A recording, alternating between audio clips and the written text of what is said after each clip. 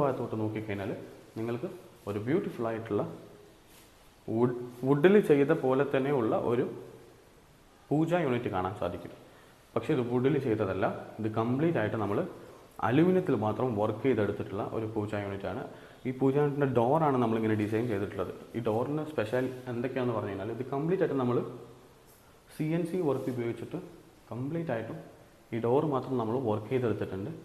ഇതിൻ്റെ പ്രത്യേകത നമ്മൾ ജസ്റ്റ് ഈ ഡോർ ഓപ്പൺ ചെയ്യുമ്പോൾ ഇങ്ങനെ ഒന്ന് പുഷ് ചെയ്താൽ മാത്രം മതി.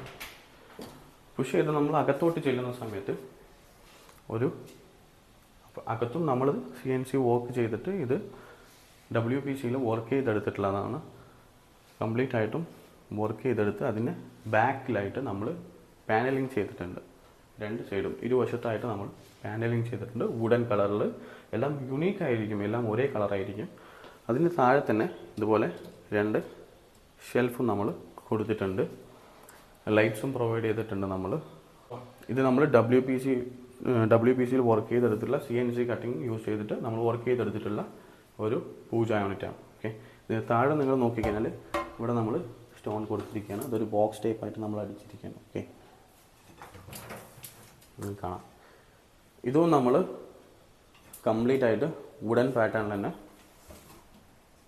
ഈ പൂജ യൂണിറ്റിൻ്റെ പ്രത്യേകത എന്താണെന്ന് പറഞ്ഞാൽ കംപ്ലീറ്റ് ആയിട്ട് ഉള്ളിൽ നമ്മളൊരു പാർട്ടീഷൻ കൊടുത്തിട്ടുണ്ട്. ഈ പൂജ യൂണിറ്റിൻ്റെ പ്രത്യേകത ഇതെല്ലാം നമ്മൾ ഒരു കളറാണ് മാക്സിമം ഇതിൽ യൂസ് ചെയ്തിട്ടുള്ളത്. വൈറ്റ് പ്ലസ് വുഡ് കളറാണ് നമ്മൾ യൂസ് ചെയ്തിട്ടുള്ളത്. ഇതിൻ്റെ ചാനൽസ് കൂടെ നമ്മൾ ഇതിൻ്റെ വുഡൻ കളർ മാത്രമാണ് യൂസ് ചെയ്തിട്ടുള്ളത്.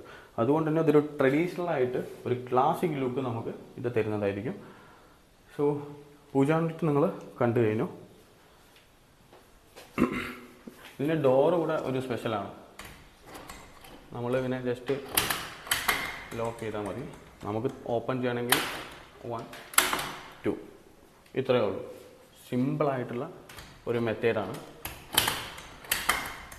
ഓക്കെ, അപ്പോൾ നമ്മളിവിടെ TV യൂണിറ്റും അതുപോലെ തന്നെ പൂജ യൂണിറ്റും കണ്ടു കഴിഞ്ഞു. ഇനി നമുക്ക് നേരെ പ്രധാനമായിട്ടും എല്ലാവരും കാത്തിരിക്കുന്നത് കിച്ചണിലോട്ട് പോകാനായിരിക്കും. നമുക്ക് കിച്ചണിലോട്ട് തന്നെ വരും. സോ കിച്ചൺ കണ്ടതിന് ശേഷം നമുക്ക് ബെഡ്റൂംസൊക്കെ പോയി കാണാം.